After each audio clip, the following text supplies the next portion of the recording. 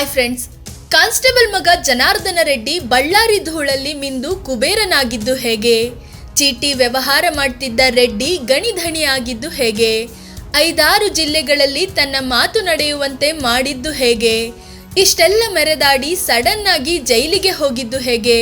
ರೆಡ್ಡಿಯ ಐಷಾರಾಮಿ ಜೀವನ ಹೇಗಿತ್ತು ಗೊತ್ತಾ? ಸ್ನೇಹಿತ ಶ್ರೀರಾಮುಲುಗೆ ರೆಡ್ಡಿ ಮಾಡಿದ ಉಪಕಾರ ಏನು? ಎಲ್ಲವನ್ನು ಈ ವಿಡಿಯೋದಲ್ಲಿ ಹೇಳ್ತೀವಿ. ಅದಕ್ಕೂ ಮುನ್ನ ನೀವಿನ್ನೂ ನಮ್ಮ ಚಾನಲ್ಗೆ ಸಬ್ಸ್ಕ್ರೈಬ್ ಆಗಿಲ್ಲ ಅಂದರೆ ಈ ಕೂಡಲೇ ಆಗಿ ಪಕ್ಕದ ಗಂಟೆ ಗುರುತಿನ ಮೇಲೆ ಕ್ಲಿಕ್ ಮಾಡಿ. ಜನನ ಮತ್ತು ಬಾಲ್ಯ. ಗಾಲಿ ಜನಾರ್ದನ ರೆಡ್ಡಿ ಬಳ್ಳಾರಿಯಲ್ಲಿ 1967 ಜನವರಿ 11ರಂದು ಜನಿಸಿದ್ರು. ಇವರ ತಂದೆ ಕಾನ್ಸ್ಟೇಬಲ್ ಚಂಗರೆಡ್ಡಿ, ತಾಯಿ ರುಕ್ಮಿಣಮ್ಮ. ರೆಡ್ಡಿಗೆ 2 ಸಹೋದರರು. ಅವರೇ ಅಣ್ಣ ಕರುಣಾಕರ ರೆಡ್ಡಿ ಮತ್ತು ಸೋಮಶೇಖರ ರೆಡ್ಡಿ. ಅಕ್ಕ ರಾಜೇಶ್ವರಿ ಎಲ್ಲರಿಗಿಂತ ದೊಡ್ಡವರು. ಇವರದ್ದು ಸಾಮಾನ್ಯ ಮಿಡಲ್ ಕ್ಲಾಸ್ ಕುಟುಂಬ. ಹಾಗಂತ ಅಷ್ಟೇನು ಬಡತನ ಇರಲಿಲ್ಲ. ತಂದೆ ಹೆಡ್ ಕಾನ್ಸ್ಟೇಬಲ್ ಆಗಿದ್ರಿಂದ ಜೀವನ ಆರಾಮಾಗೆ ಸಾಗಿತ್ತು. PUC ವರೆಗೆ ಓದಿದ್ದ ಜನಾರ್ದನ ರೆಡ್ಡಿ ಶಿಕ್ಷಣ ಅಲ್ಲಿಗೆ ನಿಲ್ಲಿಸಿದ್ರು. 22ನೇ ವಯಸ್ಸಿಗೆ ಉದ್ಯಮ ಶುರು.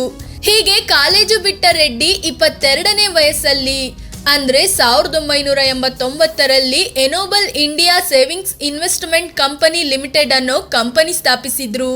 ಚೀಟಿ ವ್ಯವಹಾರದ ರೀತಿಯಲ್ಲಿದ್ದ ಈ ಸಂಸ್ಥೆಯ ವ್ಯವಹಾರ ಫುಲ್ ರೆಡ್ಡಿಯೇ ನೋಡ್ಕೊಳ್ತಿದ್ರು. ದುಡ್ಡು ಕಲೆಕ್ಟ್ ಮಾಡೋಕೆ ಲೂನಾದಲ್ಲಿ ಓಡಾಡ್ತಿದ್ರು. RBI ಅಡಿಯಲ್ಲಿ ಸ್ಥಾಪಿಸಲಾಗಿದ್ದ ಈ ಸಂಸ್ಥೆ ದಕ್ಷಿಣ ಭಾರತದಲ್ಲಿ ಫೇಮಸ್ ಆಯಿತು. ನೋಡುತ್ತಲೇ 125 ಬ್ರಾಂಚ್ಗಳನ್ನು ತೆರೆದ ಸಂಸ್ಥೆ 350 ಕೋಟಿ ರೂಪಾಯಿ ಟರ್ನ್ ಓವರ್ ಮಾಡೋಕೆ ಶುರು ಮಾಡಿತು. 2003ರಲ್ಲಿ ಕಂಪನಿ ಇದ್ದಕ್ಕಿದ್ದಂತೆ ದುಡ್ಡು ಕಲೆಕ್ಟ್ ಮಾಡೋದನ್ನ ನಿಲ್ಲಿಸಿಬಿಡ್ತು. ನಂತರ ಎಲ್ಲರಿಗೂ ಬಡ್ಡಿ ಸಹಿತ ದುಡ್ಡು ವಾಪಸ್ ಕೊಡಲಾಗಿದೆ ಅಂತ ಹೇಳಿ RBIಗೆ ರಿಜಿಸ್ಟ್ರೇಷನ್ ಸರ್ಟಿಫಿಕೇಟ್ ಸಲ್ಲಿಸಿದ್ರು ಜನಾರ್ದನ್ ರೆಡ್ಡಿ. ಆದರೆ ಈ ಸಂಸ್ಥೆಯಿಂದ ತುಂಬ ಜನರಿಗೆ ಮೋಸವಾಗಿದೆ ಅನ್ನೋ ವಾದ ಕೂಡ ಇದೆ. ಕೋಟಿಗಟ್ಟಲೆ ಅವ್ಯವಹಾರ ನಡೆದು ಅದನ್ನು ಮುಚ್ಚಿ ಹಾಕಲಾಯಿತು ಅಂತ ಕೂಡ ಹೇಳಲಾಗುತ್ತೆ. ರಾಮುಲು ಜೊತೆ ಸ್ನೇಹ, ರಾಜಕೀಯ. ತಾಯಿಯಾಗಿ ಸಿಕ್ಕ ಸುಷ್ಮಾ ಸ್ವರಾಜ್. ಎನೋಬಲ್ ಇಂಡಿಯಾ ನಡೆಸುತ್ತಿರುವಾಗಲೇ ರಾಜಕೀಯದಲ್ಲಿ ಗುರುತಿಸಿಕೊಂಡಿದ್ದ ರಾಮುಲುಗೆ ರೆಡ್ಡಿ ಸ್ನೇಹವಾಗಿತ್ತು. ಇಬ್ಬರು ಕ್ಲೋಸ್ ಫ್ರೆಂಡ್ ಆಗಿಬಿಟ್ರು. ಇವರ ಲಕ್ಕು ಕುಲಾಯಿಸಿದ್ದು 1999ರಲ್ಲಿ. ಆಗ ಲೋಕಸಭೆ ಚುನಾವಣೆಯಲ್ಲಿ ಕಾಂಗ್ರೆಸ್ನಿಂದ ಬಳ್ಳಾರಿ ಕ್ಷೇತ್ರದಿಂದ ಸೋನಿಯಾ ಗಾಂಧಿ ಕಣಕ್ಕಿಳಿದಿದ್ರು. ಆಗ ಅವರ ವಿರುದ್ಧ ನಿಂತಿದ್ದ ಸುಷ್ಮಾ ಸ್ವರಾಜ್ಗೆ ಬೆಂಬಲಿಸಿದ್ದು ರಾಮುಲು ಮತ್ತು ರೆಡ್ಡಿ. ಆ ಚುನಾವಣೆಯಲ್ಲಿ ಸುಷ್ಮಾ ಸ್ವರಾಜ್ ಕಡಿಮೆ ಅಂತರದಲ್ಲಿ ಸೋತರು. ನಂತರ ಉಪಚುನಾವಣೆಯಲ್ಲಿ ವಿನ್ನಾದ್ರು. ಶ್ರೀರಾಮುಲು ಮತ್ತು ರೆಡ್ಡಿ ಅವರಿಗೆ ಎಷ್ಟು ಹತ್ರ ಆಗೋದ್ರು ಅಂದ್ರೆ ಸುಷ್ಮಾ ಸ್ವರಾಜ್ ನಮ್ಮಮ್ಮ ಅಂತಲೇ ಕರೆಯೋಕೆ ಶುರು ಮಾಡಿದ್ರು. ಪ್ರತಿ ವರ್ಷ ಲಕ್ಷ್ಮೀ ಪೂಜೆಗೆ ಸುಷ್ಮಾ ಸ್ವರಾಜ್ ಬಳ್ಳಾರಿಗೆ ಬಂದು ಹೋಗೋದು ವಾಡಿಕೆ ಆಗಿಬಿಡ್ತು. ಗಣಿ ಧೂಳಿನಲ್ಲಿ ಮಿಂದೆದ್ದ ರೆಡ್ಡಿ, ಕುಬೇರನ ಪಟ್ಟ ಕಸಿದುಕೊಟ್ಟ ಗಣಿ. 1999ರ ಚುನಾವಣೆ ಬಳಿಕ ರಾಜಕೀಯದಲ್ಲಿ ಒಂದು ಹಂತಕ್ಕೆ ಗುರುತಿಸಿಕೊಂಡಾಗಿತ್ತು. ಇದರ ನಡುವೆಯೇ 2001ರಲ್ಲಿ Obulapuram mining company private limited ಅನ್ನ ಖರೀದಿಸಿ ಮುನ್ನಡೆಸೋ ನಿರ್ಧಾರ ಮಾಡಿದ್ರು. ಈ ಕಂಪನಿ ಲೀಸ್ಗೆ ಪಡೆದಿದ್ದ ಪ್ರದೇಶದಲ್ಲಿ ಹೆಚ್ಚಾಗಿ ಕಬ್ಬಿಣದ ಅದಿರು ಇತ್ತು. ಆ ಟೈಮಲ್ಲಿ ಕಬ್ಬಿಣದ ಅದಿರಿಗೆ ಅಷ್ಟೊಂದು ಮಾರ್ಕೆಟ್ ಇರಲಿಲ್ಲ. ಓಬಳಾಪುರಂ ಮೈನಿಂಗ್ ಕಂಪನಿ ಖರೀದಿ ರೆಡ್ಡಿಯನ್ನು ಪಾತಾಳಕ್ಕೆ ತಳ್ಳುತ್ತೆ ಅಂತ ಅವರ ವಿರೋಧಿಗಳು ಅಂದು ಮಾತನಾಡಿಕೊಂಡಿದ್ರು. ಆದರೆ ಅದೇ ಟೈಮಿಗೆ ಸರಿಯಾಗಿ ಚೀನಾದಲ್ಲಿ ನಿರ್ಮಾಣ ಕಾಮಗಾರಿ ಜಾಸ್ತಿಯಾಗಿ ಕಬ್ಬಿಣದ ಅದಿರಿಗೆ ಬೇಡಿಕೆ ರಾಕೆಟ್ ವೇಗದಲ್ಲಿ ಮೇಲೆ ಹೋಯಿತು. ಇದರಿಂದ ರೆಡ್ಡಿಯ ಅದೃಷ್ಟ ಕುಲಾಯಿಸ್ತು. ಆಮೇಲೆ ರೆಡ್ಡಿ ಹಿಂತಿರುಗಿ ನೋಡಲೇ ಇಲ್ಲ. ಭೂಮಿಯನ್ನು ಬಗ್ದು ತುಂಬಿ ಅದಿರು ರಫ್ತು ಮಾಡಿದ್ರು. ಬಳ್ಳಾರಿಯಿಂದ ಹೊರಗೆ ಅದಿರು ಹೋದ್ರೆ ರೆಡ್ಡಿಯ ಮನೆಗೆ ದುಡ್ಡಿನ ಹೊಳೆ ಹರಿಯೋಕೆ ಶುರುವಾಯಿತು. ಇದಾದ್ಮೇಲೆ 2004ರಲ್ಲಿ ಆಂಧ್ರ ಪ್ರದೇಶದ ಅನಂತಪುರ ಜಿಲ್ಲೆಯಲ್ಲಿ ಕಬ್ಬಿಣದ ಅದಿರು ಗಣಿಗಾರಿಕೆಗೆ ಲೈಸೆನ್ಸ್ ಸಿಕ್ತು. ಇದಕ್ಕೆ ಆಗ ಆಂಧ್ರದ CM ಆಗಿದ್ದ ರಾಜಶೇಖರ ರೆಡ್ಡಿಯ ಸಪೋರ್ಟ್ ಕೂಡ ಇತ್ತು. ರಾಜಕೀಯ ಸಪೋರ್ಟ್ನಿಂದಲೇ ರೆಡ್ಡಿ ಈ ಲೈಸೆನ್ಸ್ ಪಡೆದಿದ್ದು ಅಂತ ಕೂಡ ಹೇಳಲಾಗುತ್ತೆ. ಇದರ ಬೆನ್ನಲ್ಲೇ ಜನಾರ್ದನ ರೆಡ್ಡಿ ತಮ್ಮ ಮಗಳು ಬ್ರಹ್ಮಣಿ ಹೆಸರಲ್ಲಿ ಕಡಪ ಜಿಲ್ಲೆಯಲ್ಲಿ ಸ್ಟೀಲ್ ಮ್ಯಾನುಫ್ಯಾಕ್ಚರಿಂಗ್ ಯೂನಿಟ್ ಶುರು ಮಾಡಿದ್ರು. ಇದರಿಂದ 10,000ಕ್ಕೂ ಹೆಚ್ಚು ಜನರಿಗೆ ಉದ್ಯೋಗ ಸಿಕ್ಕಿದಂತಾಯ್ತು. 2006ರ ನಂತರ ರಾಜಕೀಯ ಕ್ರಾಂತಿ. 2008ರಲ್ಲಿ ಆಪರೇಷನ್ ಕಮಲದ ರೂವಾರಿ.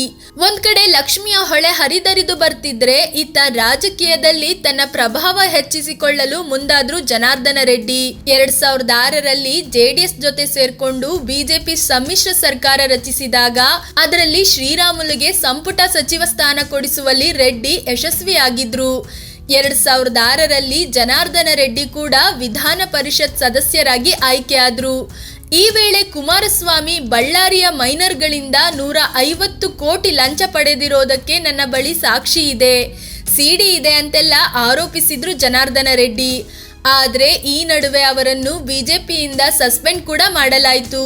20 ತಿಂಗಳು ಸಿಎಂ ಆಗಿದ್ದ ಕುಮಾರಸ್ವಾಮಿ ಯಡಿಯೂರಪ್ಪಗೆ ಸಿಎಂ ಪಟ್ಟ ಕೊಡಬೇಕಾದ ಟೈಮ್ ಬಂದಾಗ ಕೈ ಎತ್ತಿದ್ರು. ಇದರಿಂದ ಸಮ್ಮಿಶ್ರ ಸರ್ಕಾರ ಮುರಿದು ಬಿತ್ತು. ನಂತರ ರಾಜ್ಯಾಧ್ಯಕ್ಷರಾಗಿದ್ದ ಸದಾನಂದಗೌಡ ಮತ್ತು ಯಡಿಯೂರಪ್ಪ ರೆಡ್ಡಿ ಮೇಲಿನ ಸಸ್ಪೆಂಡ್ ಆದೇಶವನ್ನ ವಾಪಸ್ ಪಡೆದ್ರು. ಬಿಜೆಪಿ ಪರವಾಗಿ ಜನಾರ್ದನ ರೆಡ್ಡಿ ದೊಡ್ಡ ಮಟ್ಟದಲ್ಲಿ ಪ್ರಚಾರ ಮಾಡಿದ್ರು. ಆ ಚುನಾವಣೆಯಲ್ಲಿ ಬಿಜೆಪಿ 110 ಸೀಟುಗಳೊಂದಿಗೆ ಅತಿ ದೊಡ್ಡ ಪಕ್ಷವಾಗಿ ಹೊರಹೊಮ್ಮಿತ್ತು. ನಂತರ 5 ಪಕ್ಷೇತರರನ್ನು ಬಿಜೆಪಿಗೆ ಸೆಳೆದುಕೊಂಡು ಸರ್ಕಾರ ರಚಿಸಲಾಯಿತು. 5ರನ್ನು ಬಿಜೆಪಿಗೆ ಸೇರಿಸುವಲ್ಲಿ ರೆಡ್ಡಿ ಪಾತ್ರ ದೊಡ್ಡದಾಗಿತ್ತು.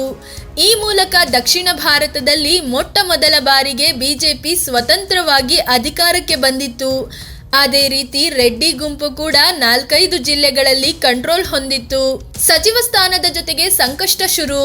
ಆಂಧ್ರ ಸಿಎಂ ಸಾವಿನ ಬಳಿಕ ಹೆಗಲೇರಿದ ಶನಿ. 2006ರಲ್ಲೇ ಜನಾರ್ದನ ರೆಡ್ಡಿಯ ಓಬಳಾಪುರಂ ಮೈನಿಂಗ್ ಕಂಪನಿ ವಿರುದ್ಧ ಅರಣ್ಯ ಭೂಮಿ ಒತ್ತುವರಿ, ಅಕ್ರಮ ಗಣಿಗಾರಿಕೆ, ಅರಣ್ಯ ವಲಯದಲ್ಲಿ ಅಕ್ರಮವಾಗಿ ರಸ್ತೆಗಳ ನಿರ್ಮಾಣ, ಆಂಧ್ರ ಕರ್ನಾಟಕ ಗಡಿ ಗುರುತು ನಾಶದ ಆರೋಪ ಕೇಳಿಬಂತು. ಆದರೆ ಆಗ ತನಿಖೆ ನಡೆದಿರಲಿಲ್ಲ. 2008ರಲ್ಲಿ ಬಿಜೆಪಿ ಸರ್ಕಾರ ಬಂದಾಗ ರೆಡ್ಡಿ ಪ್ರವಾಸೋದ್ಯಮ ಮತ್ತು ಮೂಲಭೂತ ಸೌಕರ್ಯ ಖಾತೆ ಸಚಿವರೂ ಆದ್ರು. 2009ರಲ್ಲಿ ಹೆಲಿಕಾಪ್ಟರ್ ದುರಂತದಲ್ಲಿ ವೈಎಸ್ ರಾಜಶೇಖರ ರೆಡ್ಡಿ ಪ್ರಾಣ ಕಳ್ಕೊಂಡ್ರು. ನಂತರ ಅಲ್ಲಿ ಸಿಎಂ ಆಗಿದ್ದು ರೋಸಯ್ಯ. ಅವರು ಸಿಎಂ ಆಗ್ತಿದ್ದಂತೆ ಅಕ್ರಮ ಗಣಿಗಾರಿಕೆ ನಡೆಯುತ್ತಿದೆ, ಸಿಬಿಐ ತನಿಖೆ ನಡೆಸಬೇಕು ಅಂತ ಆಗ್ರಹಿಸಿದ್ರು. ಆದರೆ ಈ ವೇಳೆ ಜನಾರ್ದನ ರೆಡ್ಡಿ ಆಂಧ್ರ ಪ್ರದೇಶ ಹೈಕೋರ್ಟ್ ಮೆಟ್ಟಿಲೇರಿದ್ರು. ಈ ಆದೇಶಕ್ಕೆ ತಡೆ ತಂದ್ರು. ಸಿಬಿಐ ತನಿಖೆ ಆಗ ನಡೆಯಲೇ ಇಲ್ಲ. ಆದ್ರೆ ಆ ತಡೆ ಹೆಚ್ಚು ದಿನ ಇರಲಿಲ್ಲ. ಸ್ವಲ್ಪ ಟೈಮ್ ಆದ್ಮೇಲೆ ಆ ತಡೆಯಾಜ್ಞೆ ಹಿಂಪಡೆದಿದ್ರಿಂದ ಸಿಬಿಐ ತನಿಖೆ ಶುರುವಾಯಿತು. ರೆಡ್ಡಿ ಪ್ರಭಾವ ಹೆಚ್ಚಿದಾಗ ಅದಕ್ಕೆ ಕಡಿವಾಣ ಹಾಕಲು ಯಡಿಯೂರಪ್ಪ ಕೂಡ ಹಲವು ಕ್ರಮ ಕೈಗೊಳ್ಳಲು ಮುಂದಾದ್ರು. ಬಳ್ಳಾರಿಯ ಇತರೆ ಮೈನರ್ಸ್ಗಳಿಂದಲೂ 30% ಕಮಿಷನ್ ಪಡೆದ ಆರೋಪ ಕೂಡ ರೆಡ್ಡಿ ಬ್ರದರ್ಸ್ ಮೇಲಿತ್ತು. ಬಳ್ಳಾರಿಯಲ್ಲಿ ಪ್ರತಿ ಲಾರಿ ಅದಿರು ಮೇಲೆ 1000 ರೂಪಾಯಿ ಸುಂಕ ವಿಧಿಸುವಂತೆ ಸ್ಥಳೀಯ ಆಡಳಿತಕ್ಕೆ ಸೂಚಿಸಿದ್ರು. ಜೊತೆಗೆ ಸರ್ಕಾರದಲ್ಲೂ ರೆಡ್ಡಿ ಗುಂಪನ್ನು ಸೈಡ್ಲೈನ್ ಮಾಡೋಕೆ ಶುರು ಮಾಡಿದ್ರು. ಆಗ ರೆಡ್ಡಿ ಬಣ ಬಂಡೆದ್ದು ಸಿಎಂ ಯಡಿಯೂರಪ್ಪರನ್ನೇ ಸೈಲೆಂಟ್ ಆಗಿಸಿತ್ತು. ಸಿದ್ದು ಕೆಣಕಿ ಎಡವಟ್ಟು ಮಾಡಿದ್ರ ರೆಡ್ಡಿ. ಬಿಜೆಪಿ ರೆಡ್ಡಿ ಪತನಕ್ಕೆ ಕಾರಣವಾಯ್ತಾ ಪಾದಯಾತ್ರೆ. ಯಡಿಯೂರಪ್ಪ ಸರ್ಕಾರ ಇದ್ರೂ ಅಧಿಕಾರ ರೆಡ್ಡಿಗಳ ಕಂಟ್ರೋಲ್ನಲ್ಲಿತ್ತು. ಬಳ್ಳಾರಿ ಅಂತೂ ರಿಪಬ್ಲಿಕ್ ಆಫ್ ಬಳ್ಳಾರಿ ಅಂತಲೇ ಕರೆಯಲ್ಪಡ್ತಿತ್ತು. ಸಿದ್ದರಾಮಯ್ಯ ವಿಪಕ್ಷ ನಾಯಕರಾಗಿದ್ರು. ಆಗ ವಿಧಾನಸಭೆಯಲ್ಲಿ ಮಾತಾಡ್ತಾ ಜನಾರ್ದನ ರೆಡ್ಡಿ ನಿಮ್ಗೆ ತಾಕತ್ತಿದ್ರೆ ಬಳ್ಳಾರಿಗೆ ಬನ್ನಿ ಅಂತ ಸವಾಲ್ ಹಾಕಿದ್ರು. ಆಗ ಸಿಡಿದೆದ್ದ ಸಿದ್ದರಾಮಯ್ಯ ಭುಜ ತಟ್ಟಿ ಬಳ್ಳಾರಿಗೆ ಬಂದೇ ಬರ್ತೀನಿ, ನಡೆದುಕೊಂಡೇ ಬರ್ತೀನಿ, ತಡೀರಿ ನೋಡೋಣ ಅಂತ ಸವಾಲ್ ಹಾಕಿದ್ರು. ಅದರಂತೆ ನಡೆದುಕೊಂಡೇ ಬಳ್ಳಾರಿಗೂ ಹೋದ್ರು. ದೊಡ್ಡ ಸಮಾವೇಶ ನಡೆಸಿದ್ರು. ಯಾರಿಂದಲೂ ತಡೆಯಲು ಸಾಧ್ಯವಾಗಲೂ ಇಲ್ಲ. ಆದ್ರೆ ಈ ಪಾದಯಾತ್ರೆ ಇಡೀ ದೇಶ ಬಳ್ಳಾರಿಯತ್ತ, ಅಲ್ಲಿನ ಗಣಿಗಾರಿಕೆಯತ್ತ ತಿರುಗಿ ನೋಡುವಂತೆ ಮಾಡ್ತು. ಅಕ್ರಮದ ಕುರಿತು ಲೋಕಾಯುಕ್ತ ವರದಿ. Yediyurappa resign, Reddy arrest. ಒಂದ್ ಕಡೆ ಆಂಧ್ರದಲ್ಲಿ ಸಿಬಿಐ ತನಿಖೆ ನಡೀತಿದ್ರೆ, ಇತ್ತ ಓಬಳಾಪುರಂ ಮೈನಿಂಗ್ ಮತ್ತು ರೆಡ್ಡಿಗಳ ಮನೆ ಮೇಲೆ ಇನ್ಕಮ್ ಟ್ಯಾಕ್ಸ್ ಅಧಿಕಾರಿಗಳು ಮುಗಿಬಿದ್ರು. ಈ ನಡುವೆ ಲೋಕಾಯುಕ್ತ ನ್ಯಾಯಮೂರ್ತಿ ಸಂತೋಷ್ ಹೆಗಡೆ ವರದಿ ಸಲ್ಲಿಕೆಯಾಗಿ ಬಳ್ಳಾರಿ ಅಕ್ರಮ ಮೈನಿಂಗ್ ನಲ್ಲಿ ರೆಡ್ಡಿಗಳ ಜೊತೆಗೆ ಯಡಿಯೂರಪ್ಪರದ್ದು ಹೆಸರು ಕೇಳಿಬಂತು. ಹೀಗಾಗಿ ಯಡಿಯೂರಪ್ಪ ಸಿಎಂ ಸ್ಥಾನಕ್ಕೆ ರಾಜೀನಾಮೆ ನೀಡಿದ್ರು. ನಂತರ ಬಂದ ಸದಾನಂದಗೌಡರ ಸರ್ಕಾರದಲ್ಲಿ ರೆಡ್ಡಿ ಬಣದ ಒಬ್ಬರಿಗೂ ಸಚಿವ ಸ್ಥಾನ ಸಿಗ್ಲಿಲ್ಲ. ತಾಯಿ ಅಂತ ಕರೆಯುತ್ತಿದ್ದ ಸುಷ್ಮಾ ಸ್ವರಾಜ್ ಕೂಡ ಇವರಿಂದ ಅಂತರ ಕಾಯ್ದುಕೊಳ್ಳಲು ಶುರು ಮಾಡಿದ್ರು. ಆಗ ಶ್ರೀರಾಮುಲು ಮೂಲಕ ರಾಜೀನಾಮೆ ಕೊಡಿಸಿ ರಾಜ್ಯ ಬಿಜೆಪಿ ಸರ್ಕಾರಕ್ಕೆ ವಾರ್ನಿಂಗ್ ಕೊಡ್ತು ರೆಡ್ಡಿ ಬಣ. ಆದ್ರೆ 2011 ಸೆಪ್ಟೆಂಬರ್ 5ರಂದು ಸಿಬಿಐ ಜನಾರ್ದನ ರೆಡ್ಡಿಯನ್ನ ಅರೆಸ್ಟ್ ಮಾಡಿ ಹೈದರಾಬಾದ್ಗೆ ಕರ್ಕೊಂಡು ಹೋಯ್ತು. ಹೀಗೆ ಹೋದವರು ಸುಮಾರು 3 ವರ್ಷಕ್ಕೂ ಹೆಚ್ಚು ಕಾಲ ಜೈಲಿನೊಳಗೆ ಇರಬೇಕಾಯ್ತು. ಓಬಳಾಪುರ ಮೈನಿಂಗ್ ಕಂಪನಿ ಕೆಲಸ ನಿಲ್ಲಿಸಿತು. 2015ರಲ್ಲಿ ರೆಡ್ಡಿ ಬಿಡುಗಡೆ ಷರತ್ತು, ಬಳ್ಳಾರಿಗೆ ಹೋಗಂಗಿಲ್ಲ ಎಂದ ಕೋರ್ಟ್. ಸುಮಾರು 3 ವರ್ಷಕ್ಕೂ ಹೆಚ್ಚು ಕಾಲ ಜೈಲಿನಲ್ಲಿದ್ದ ರೆಡ್ಡಿಗೆ 2015ರಲ್ಲಿ ಕೋರ್ಟ್ ಜಾಮೀನು ನೀಡಿತು. ಆದ್ರೆ ಬಳ್ಳಾರಿಗೆ ಹೋಗುವಂತಿಲ್ಲ ಅಂತ ಷರತ್ತು ವಿಧಿಸಿತು. ಇದಾದ್ಮೇಲೆ ಬೆಂಗಳೂರಲ್ಲೇ ನೆಲೆಸಿದ್ದ ರೆಡ್ಡಿ 2016ರಲ್ಲಿ ಮಗಳು ಬ್ರಹ್ಮಣಿ ಮದುವೆಯನ್ನು ಅದ್ದೂರಿಯಾಗಿ ಮಾಡಿದ್ರು. ಈ ಮದುವೆ ಮೂಲಕ ಮತ್ತೆ ಸುದ್ದಿಯಾದ್ರು. ಈ ಮದುವೆಗೆ ಬರೋಬ್ಬರಿ 500 ಕೋಟಿ ರೂಪಾಯಿ ಖರ್ಚು ಮಾಡಲಾಗಿದೆ ಅನ್ನೋ ಆರೋಪ ಕೇಳಿ ಬಂತು. 2018ರಲ್ಲಿ ಹಗರಣವೊಂದರ ಆರೋಪಿಗೆ ಇಡಿ ಮೂಲಕ ಹೆಲ್ಪ್ ಮಾಡಿಸ್ತೀನಿ ಅಂತ ಲಂಚ ಪಡೆದ ಆರೋಪದಲ್ಲಿ ಮತ್ತೆ ಅರೆಸ್ಟ್ ಆದ್ರು. ಜೈಲಿಗೆ ಹೋಗಿ ಜಾಮೀನಿನ ಮೇಲೆ ಬಿಡುಗಡೆ ಆದ್ರು. ರೆಡ್ಡಿಯನ್ನು ದೂರ ಇಟ್ಟ ಬಿಜೆಪಿ, ಹೊಸ ಪಕ್ಷ ಕಟ್ಟಿದ ಗಣಿಧಣಿ ರೆಡ್ಡಿ. ಜನಾರ್ದನ ರೆಡ್ಡಿ ಜಾಮೀನಿನ ಮೇಲೆ ಬಿಡುಗಡೆಯಾಗಿದ್ರೂ ಅವರ ಮೇಲಿನ ಕೇಸ್ಗಳು ಇನ್ನೂ ವಿಚಾರಣೆ ಹಂತದಲ್ಲಿವೆ. ಹೀಗಾಗಿ ಜನಾರ್ದನ ರೆಡ್ಡಿಯನ್ನ ಬಿಜೆಪಿ ದೂರ ಇಟ್ಟಿತ್ತು. ಇದೇ ಕಾರಣಕ್ಕಾಗಿ 2022ರಲ್ಲಿ ಜನಾರ್ದನ ರೆಡ್ಡಿ ಹೊಸ ಪಕ್ಷ ಕಟ್ಟಿದ್ರು. ಅದಕ್ಕೆ ಕಲ್ಯಾಣ ರಾಜ್ಯ ಪ್ರಗತಿ ಪಕ್ಷ ಅಂತ ಹೆಸರಿಟ್ರು. 2023ರ ವಿಧಾನಸಭೆ ಚುನಾವಣೆಯಲ್ಲಿ 46 ಕ್ಷೇತ್ರಗಳಲ್ಲಿ ಈ ಪಕ್ಷ ಸ್ಪರ್ಧಿಸಿತ್ತು. ಗಂಗಾವತಿಯಲ್ಲಿ ಸ್ಪರ್ಧಿಸಿದ್ದ ಜನಾರ್ದನ ರೆಡ್ಡಿ ವಿನ್ ಆಗಿ ವಿಧಾನಸಭೆ ಪ್ರವೇಶಿಸಿದ್ರು. ಆದ್ರೆ ಬೇರೆ ಕ್ಷೇತ್ರಗಳಲ್ಲಿ ಗೆಲುವು ಸಾಧ್ಯವಾಗಲಿಲ್ಲ. ಈಗ ಮತ್ತೆ ಬಿಜೆಪಿ ಸೇರಿರೋ ಜನಾರ್ದನ ರೆಡ್ಡಿ ತಮ್ಮ ಪಕ್ಷವನ್ನು ಬಿಜೆಪಿಯಲ್ಲಿ ಮರ್ಜ್ ಮಾಡಿದ್ದಾರೆ. ಈ ಮೂಲಕ ಹೊಸ ರಾಜಕೀಯ ಜೀವನ ಶುರು ಮಾಡಿದ್ದಾರೆ. ಈ ಸಲ ಲೋಕಸಭೆ ಚುನಾವಣೆಯಲ್ಲಿ ಬಳ್ಳಾರಿಯಲ್ಲಿ ಕಣಕ್ಕೆ ಇಳಿದಿರೋ ಶ್ರೀರಾಮುಲುಗೆ ರೆಡ್ಡಿ ಮತ್ತಷ್ಟು ಬಲ ತುಂಬಲಿದ್ದಾರೆ. ರೆಡ್ಡಿ ಐಷಾರಾಮಿ ಜೀವನ ಹೇಗಿತ್ತು? ದುಡ್ಡಿನ ಹೊಳೆಯಲ್ಲಿ ಮಿಂದೆದ್ದ ರೆಡ್ಡಿಯ ಜೀವನ ತುಂಬಾ ಹೈಫೈ ಆಗಿತ್ತು. ರೋಲ್ಸ್ ರಾಯ್ಸ್, ಲ್ಯಾಂಡ್ ರೋವರ್, ಆಡಿ ಅಂತ ಕಾರುಗಳಿದ್ವು.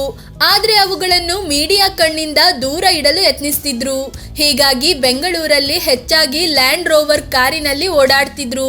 2 ಹೆಲಿಕಾಪ್ಟರ್ಗಳಿದ್ದು ಅವುಗಳನ್ನು ಪ್ರತಿದಿನ ಬಳಸ್ತಿದ್ರು. ಅವುಗಳಲ್ಲಿ ಒಂದಕ್ಕೆ ತಮ್ಮ ತಾಯಿಯ ನೆನಪಲ್ಲಿ ರುಕ್ಮಿಣಿ ಅಂತ ಹೆಸರಿಟ್ಟಿದ್ರು. ಅವರ ಆಪ್ತ ವಲಯದ ಪ್ರಕಾರ ರೆಡ್ಡಿ ಮನೆಯಲ್ಲಿ 2 ಕೋಟಿ 2 ಲಕ್ಷ ಮೊತ್ತದ ಚಿನ್ನದ ಚೇರಿತ್ತು. ರೆಡ್ಡಿ ಯಾವಾಗಲೂ ಅದರ ಮೇಲೆ ಕೂತುಕೊಳ್ತಿದ್ರಂತೆ. ಆದ್ರೆ ಅಕ್ರಮ ಗಣಿಗಾರಿಕೆ ಆರೋಪದ ಸುದ್ದಿಗಳು ಹರಿದಾಡಲು ಶುರುವಾದ ಮೇಲೆ ಅದನ್ನ ಬಳಸೋದು ಬಿಟ್ರು. ಇನ್ನು 14 ಲಕ್ಷದ ಚಿನ್ನದ ಬೆಲ್ಟ್ ಕೂಡ ಇವರ ಬಳಿ ಇತ್ತು. 2010ರಲ್ಲಿ ಲೋಕಾಯುಕ್ತ ನೀಡಿದ ವರದಿಯ ಪ್ರಕಾರ ಇವರ ಆಸ್ತಿ 153 ಕೋಟಿ ರೂಪಾಯಿಯಷ್ಟಿತ್ತು. ಅದು ಲೆಕ್ಕದ್ದು ಮಾತ್ರ. ಲೆಕ್ಕವಿಲ್ಲದ ಸಂಪತ್ತು ಅವರ ಬಳಿ ಇದೆ. ಅದಕ್ಕೆ ಸಾಕ್ಷಿ ಜೈಲಿಗೆ ಹೋಗಿ ಬಂದ ಬಳಿಕವೂ ಮಗಳ ಮದುವೆಯನ್ನು ಮಾಡಿದ ರೀತಿ. ಸಿಬಿಐ ಇವರ ಮನೆ ಮೇಲೆ ದಾಳಿ ನಡೆಸಿದಾಗ 3 ಕೋಟಿಗೂ ಅಧಿಕ ನಗದು, 30 ಕೆಜಿಯಷ್ಟು ಚಿನ್ನ ಸಿಕ್ಕಿತ್ತು ಅಂತ ಹೇಳಿತ್ತು. ತಿರುಪತಿ ತಿಮ್ಮಪ್ಪನಿಗೆ 45 ಕೋಟಿ ರೂಪಾಯಿ ಮೌಲ್ಯದ ವಜ್ರ ಖಚಿತ ಕಿರೀಟ ನೀಡಿದ್ರು. ಅಲ್ಲದೆ ರೆಡ್ಡಿಯ ಬಳಿ ಚಿನ್ನದ ದಾರದಿಂದ ಮಾಡಿದ ಪೇಟ ಮತ್ತು ಗೌನ್ ಇತ್ತು ಅಂತ ಕೂಡ ವರದಿಯಾಗಿತ್ತು. ಸಮಾಜ ಸೇವೆ. ಜನಾರ್ದನ ರೆಡ್ಡಿ ಬುದ್ಧಿಮಾಂದ್ಯ ಮಕ್ಕಳಿಗಾಗಿ ಪ್ರತ್ಯೇಕವಾದ ಶಾಲೆ ಒಂದನ್ನು ನಡೆಸ್ತಿದ್ದಾರೆ. 1997ರಿಂದಲೂ ಈ ಶಾಲೆ ನಡೀತಿದೆ. ಅದೇ ರೀತಿ 2004ರಿಂದ ವೃದ್ಧಾಶ್ರಮ ಕೂಡ ನಡೆಸ್ತಿದ್ದಾರೆ. ತಮ್ಮದೇ ಖರ್ಚಿನಲ್ಲಿ ಇವುಗಳನ್ನು ನಡೆಸ್ತಿರೋದು ವಿಶೇಷ. ಜನಾರ್ದನ ರೆಡ್ಡಿಗೆ ಓರ್ವ ಮಗ ಕೂಡ ಇದ್ದು ಸಿನಿಮಾ ನಿರ್ದೇಶನ ಕ್ಷೇತ್ರದಲ್ಲಿ ತೊಡಗಿಸಿಕೊಂಡಿದ್ದಾರೆ. ಫ್ರೆಂಡ್ಸ್, ಇದಾಗಿತ್ತು ಕಾನ್ಸ್ಟೇಬಲ್ ಮಗ ಜನಾರ್ದನ ರೆಡ್ಡಿ ಬೆಳವಣಿಗೆ ಮತ್ತು ಪತನದ ಕಥೆಯನ್ನು ನಿಮ್ಮ ಮುಂದಿಡೋ ಪ್ರಯತ್ನ. ಈ ಬಗ್ಗೆ ನಿಮಗೇನನ್ಸುತ್ತೆ? ಕಾಮೆಂಟ್ ಮಾಡಿ ನಿಮ್ಮ ಅಭಿಪ್ರಾಯ ತಿಳಿಸಿ. ಹಾಗೆ ನೀವಿನ್ನೂ ನಮ್ಮ ಚಾನಲ್ಗೆ ಸಬ್ಸ್ಕ್ರೈಬ್ ಆಗಿಲ್ಲ ಅಂದರೆ ಈ ಕೂಡಲೇ ಆಗಿ ಪಕ್ಕದ ಗಂಟೆ ಗುರುತಿನ ಮೇಲೆ ಕ್ಲಿಕ್ ಮಾಡಿ. ಧನ್ಯವಾದ.